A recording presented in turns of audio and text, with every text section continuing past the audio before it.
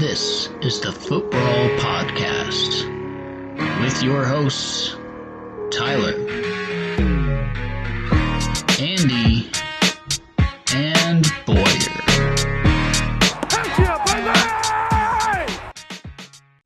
Welcome back to Mantasy Footbrawl Podcast, presented by myself and Stu. What's happening, dude? Not much. Long time no see. I know, right? It's been a couple days since we've jumped on here and decided to do this. So Yeah, apologies. things were pretty boring. I mean, we all knew who was in, who was out. I was out. Ty was in. Yeah. What are you gonna do? So one of the best things is myself, Jeremy, and Fryer all made it. Historically bottom of the league. Quote unquote 12th team / duo also made it. So if we're going on historical stats, 4 of the worst teams in the league are currently in playoffs. It should make all of you guys feel terrible about yourselves. It's kind of doing the duo dirty there, but I see what you're saying. You're not wrong. Listen, I'm not saying a duo is at the bottom. I'm saying hypothetically they took over the 12th team here. I'm sure I'll hear about that shortly. So Duo put up a little bit of 12th team this last week, scoring 45 points. So not how you want to be going into playoffs, fellas. Too bad I don't play them if they're going to put up that kind of numbers again. Right. So, all right. Well, all we're going to do today is we're going to knock out some championship breakdowns, make some predictions. We'll predict constellation, but we don't really care about you guys. So there you go. All right, Stu, do me a favor. Jump into that top matchup, aka The brothers. The brothers, the commish, and myself. All right. Well, this should be interesting. Jeremy, unfortunately, lost Justin Herbert. So he's going to be playing Matt Stafford against the Saints on Thursday night, which doesn't feel ideal. But Stafford's fine. He's got Kupp and Puka to work with. So, it is what it is. He's been a lot better since the bye week. Before the bye and his injury in week 9, he hadn't scored 17 points in any of those games. But in the last 4 weeks, he's 23, 22, 23, and 18. So serviceable. Not a lot of big boom potential there, but the rest of Jeremy's team's pretty good. Kyron being back and kicking ass, getting 85 carries a week is also going to help kind of hide the fact that Derrick Henry's getting 3 yards on his 20 touches. So I do know that one of the reasons Jeremy kept Derrick Henry and liked him a fair bit was because of getting to play Seattle here in week 16. So it's a good matchup. He also traded for Swift because of his playoff matchups against the Giants and the Cardinals here these next couple of weeks. So Jeremy definitely had an eye toward playoffs and has several players in good positions this week, let's say. Ty on the other side, Josh Allen against the Chargers, who just gave up all the points to the Raiders. That's pretty exciting. Justin Jefferson might be healthy. Are his ribs cracked? No one knows. No, he's fine. I mean, you hope he's fine. He was in the hospital, wasn't he? Yeah, 2 weeks ago. Last week he played, put up 80 yards and whatever. He was fine. Hey, those are Jefferson numbers. Jordan Addison put up 2 touchdowns and 100 and some yards, but Jefferson put up like 80 yards. I'm not mad at him. Right. He'll keep getting more involved here. McCaffrey is interesting because he gets Baltimore this week. He's projected for 17.5 points, and I mean, if anybody's going to do it, it's McCaffrey, right? Like, he's pretty matchup proof, but 115 yards and a touchdown feels steep against one of the league's best defenses. And then Eckler has been very disappointing. Ford has been not great lately. I don't really think there's anybody on your bench that you're pivoting to, but McCaffrey has been your running backs, especially since Chubb's gone down, because Eckler hasn't been what you were hoping since you paid for him. and Ford hasn't been super great since those first couple of weeks and hasn't been getting touchdowns. So not great. And we all know how I feel about your receivers, Justin Jefferson aside. So neither of you guys have a stud tight end, but Trey McBride's been getting a boatload of targets, averaging 9 targets over the last 5 games. So that's huge for him. And then Jake Ferguson, had a string of touchdowns there in the middle of the season, has 8 targets in his last 3 games, 70 yards in 2 of those 3, but it's not, I don't know. Neither of your teams looks super scary. And Josh Allen and Christian McCaffrey would look scarier in different weeks. But my opinion on Allen this week is that he's not going to have to do very much, and so he's not going to. I am 100% banking on new coaching staff, new situation, new things happening. How do they win football games? They give the ball to Eckler. Maybe. Not that they're gonna beat Buffalo, but if they want to hold tight with them, if Eckler's scoring and Allen is throwing the ball, I mean, if they go spot. down 49-0, they're probably not going to run the ball that much. Right. Listen, if they're down 49-0, they're not giving the ball to Eckler anyway. Right. I mean, I can't imagine that they're going to get embarrassed that badly, but if the Raiders could do it, the Bills can definitely do it. Yeah. So we'll see. I mean, Stephon Diggs for Jeremy's not been good the last couple of weeks. True. And if he does anything good, you're splitting it with him because you've got Allen on the other side. So you're hoping Allen does more with his legs. Right. Swift was not great the last couple of weeks, but he's got the Giants, so that's a much better matchup this week. Yep. Which makes me more nervous. But I don't know. I think it should be a good matchup all the way through. Yeah, I think this will be close, but I don't think either of you are super stacked. I mean, we've had years where because of buying and health, I feel like there's been a ton of injuries, especially quarterbacks this year, that we've had guys coming into the playoffs with teams projected for 115 points, and scoring's down across the board this year. But Jeremy's sitting at 90, you're sitting at 97, and McCaffrey's probably a bit over projected. So, So I know that Jeremy's excited about Derrick Henry against Seattle. Yeah. Would you consider pivoting, pushing Swift up to running back and pivoting to Higgins, pivoting to anybody else? Or do you just hope that Henry gets the workload? I wouldn't. I think Seattle's given up something like 15 touchdowns on the ground, if not more. It's been a lot. So I'm keeping Henry in there. We know the workload isn't an issue for Henry. It's just been the productivity. The Titans O-line hasn't been all that great, but I mean, this last week was a bummer. I read something that he set a record for yards produced on 20 touches, like the fewest ever by a long shot, because he had 20 touches and only had 10 yards. I mean, that's not fun, but if you go back to the 3 weeks prior, he had 19 points, 24 points, and 17 points. And the 19 and the 24 were against bad defenses. Seattle's a bad defense. The week before against Miami, if he didn't have 2 touchdowns, those numbers wouldn't look near. That's fair. What they are.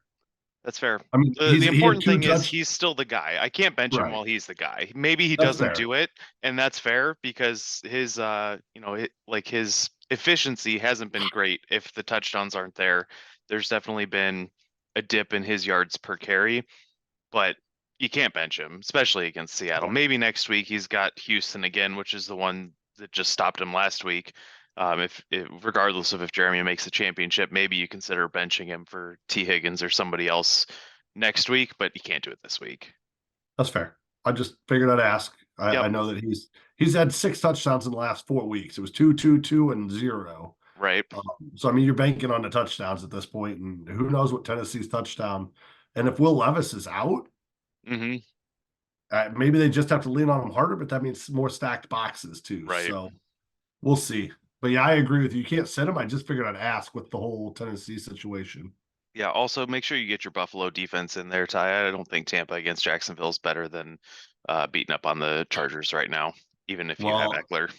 we'll find out what tomorrow brings, but I may or may not have a waiver in for Chicago and or Philly against So Jeremy the dropped Giants. Philly, and Jeremy paid $1 to get Philly off of me because I sold him as a playoff defense. So I was surprised that Jeremy dropped them. He could have dropped Derek Carr. Maybe he's looking to next week's matchup. I don't know what that looks like. He's got T. Higgins, he's got Amon-Ra, he's got Diggs, so he probably could have dropped Lockett. If he wanted to hold on to them. Clearly he didn't. Green Bay against Carolina's plenty good this week, and he's also got the Rams stash, so they probably have they've got the Giants next week, so he's got it covered. But interesting that he threw that out there. So I've got a waiver in for both Bears and Philly, so we'll see what happens. So but don't post this tonight. Is that what you're telling me? Post it tonight. I don't care. I would play Buffalo against the Chargers if it came down to it.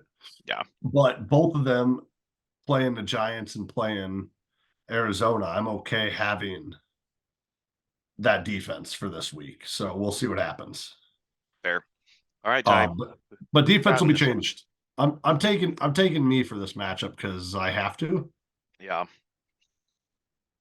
I do think it's going to be close, but I'm going to say that I edged Jeremy out in this one. I'm going to take Jeremy, and it's more of a hunch than anything. I'm not super jazzed about either of your teams this week, and that's part of it. If the Ravens can lock up McCaffrey and hold him to 10 fantasy points, a reasonable number, I'm in trouble. Then that's going to hurt you quite a bit. So we'll see. You both have a lot of talent. I think Jeremy's got the matchups a little bit more in his favor, but you've definitely got the quarterback advantage. So it's a coin flip in my eyes, but I'm going to lean Jeremy here. All right, fair enough. So let's run a little. Pow! What's drinking? Let me preface this with, I'm not naked. This is a Orange Crush float. An Orange Crush float, huh? If you've never done it, you should do it. It's amazing. It's one of my favorite things. Really putting the calories on there, huh? Going from water to Orange Crush float. It's cold outside. I gotta warm up. I am on all sorts of meds, so this is my first beer. See what the hell happens. But we're running some Hoppy Grinchmas. I went out and got a 6-pack from Open Bottle. You can break up anything, whatever, pick what you want. So I took Liam in, and Liam actually went in and picked all of the cans based on which can he liked the best. So I got one that had a cheeseburger on it, one that had a fire hydrant on it, one that was Christmassy. Okay, that's amazing.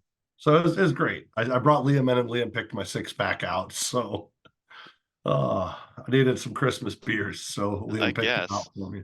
Love it. Riverlands Brewing Company Winter IPA. It's actually not too bad, even on meds. So I'm sure it's better without. So, all right, let's jump to matchup number 2, the duo versus Fryer. This one's yours. This one is mine. Unless you want me to do this one too. Mine's the last matchup. But we're looking at Jalen Hurts, which against the Giants should just put up monster numbers for the duo. DJ Moore against Arizona is looking good.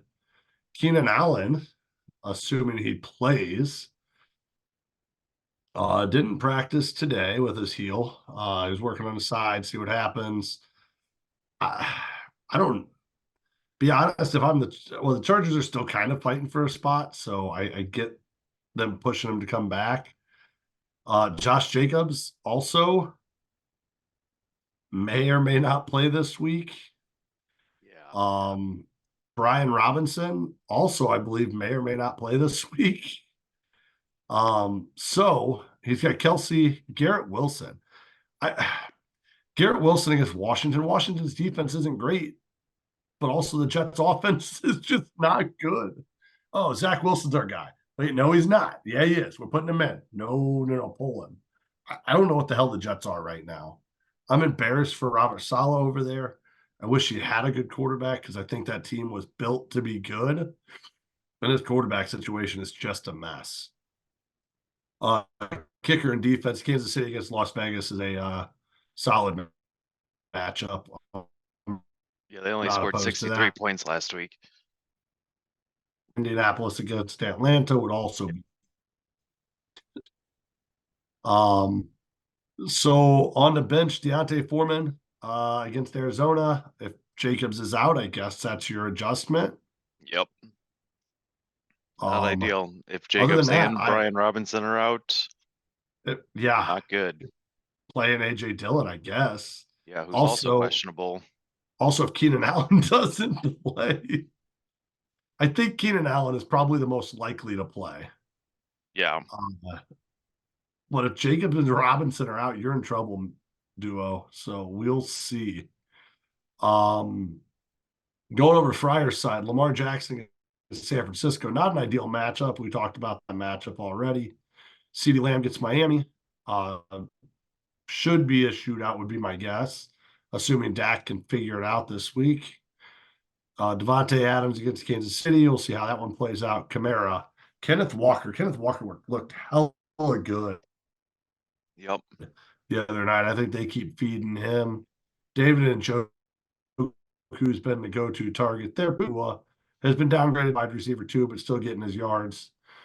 Kicker and defense. Denver against New England. Great matchup for this week as well. There's not much on Breyer's side to talk about adjusting to. I'm not playing Zay Flowers over Lambs or Adams or Nakua. Stevenson, no. Singletary, no. Yeah, Singletary, if he had a better matchup, I'd consider, but not Not against the against Cleveland. Browns. Yep. Right. And without a quarterback. And so wide receivers down. I whole Houston team's beat up right now. Mm-hmm. So I there's not anything we're changing on Fryer's side. The only thing we're changing on the duo side is when these guys are ruled out for the week and then they're in trouble. Um, anything else? Anything else you got on this matchup? I don't think so. I mean, before we get to the picks, I just want to call out how deep Fryer's team is, having Flowers, Stevenson, Singletary on his bench. Even Jerick McKinnon's been good these last couple weeks with Pacheco out. The duo has, Pacheco is supposed to play this week. yeah, the duo has some of that depth too, but with all the injury issues, it just doesn't look the same. Ty, real quick before we make our picks, without looking, how many touchdowns do you think Travis Kelce has this year? 6. 5. It And was in that range. yeah, starting week 8, he's only got 1 touchdown. Yeah. And he's And I over know that 100 because yards Patrick in Mahomes none of those games. I got Mahomes in a lot of leagues, and it's not been great for him.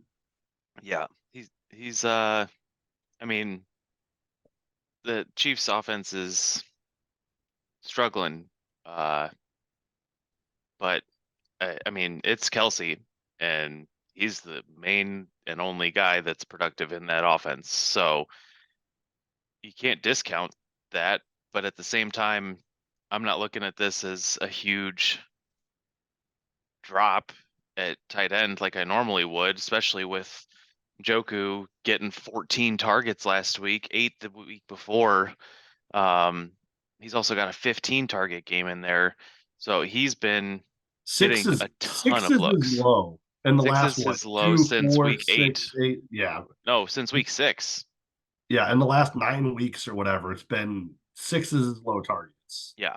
So, you and I and Boyer we've always talked about Kelce being the biggest advantage in fantasy, and this year that's not been the case. And looking at this matchup, trying to feel better about duo side with some of the question marks that they've got.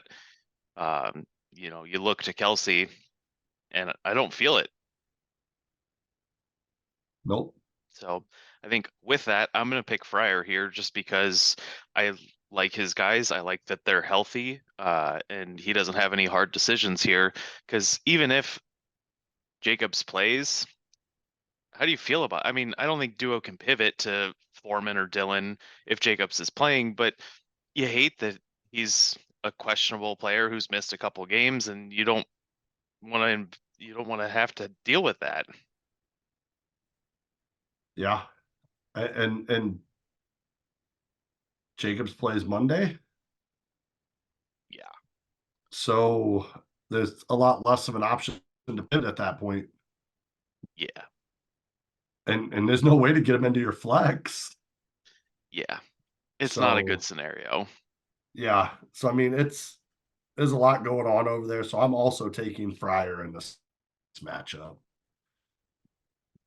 So I've got me versus Fryer. Andy has Jarrett versus Fryer. We will see how this plays out. Should be a decent round of playoffs at least.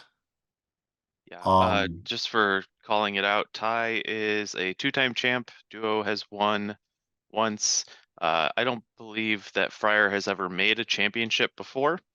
And Jeremy lost the championship to Robbie 2 years ago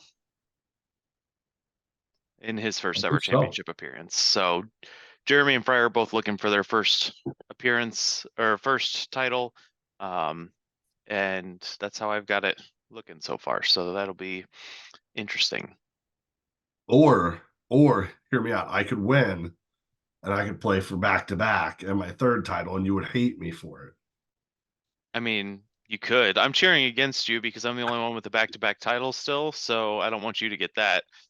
You and Robbie are the only multiple title winners besides me as well. So you getting from 2 to 3 puts you one closer to me, which I'm not jazzed about. So go ahead and lose this week like I picked, please. Don't worry, I'll be at the bottom next year after blowing my wad on freaking Eckler. That's going to be split timeshare guy all the time. About damn time.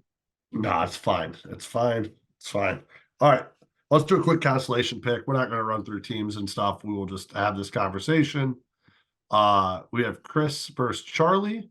13-0 Charlie. Versus My, how the turns have tabled. and then we have Cowboys D take Mahomes versus Mr. Ditka.